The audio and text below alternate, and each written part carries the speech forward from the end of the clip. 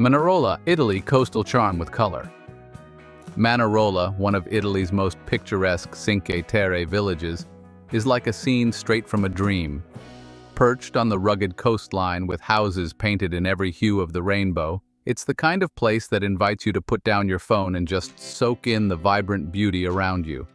The colorful homes seem to tumble down toward the clear blue Mediterranean, and each viewpoint offers a breathtaking panorama that has to be seen to be believed.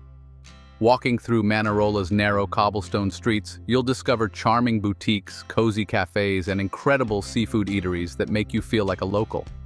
And if you're in the mood for adventure, the surrounding hills are perfect for hiking, offering jaw-dropping vistas of the village and ocean.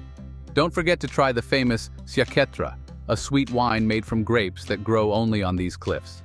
One sip, and you're tasting the essence of Manarola.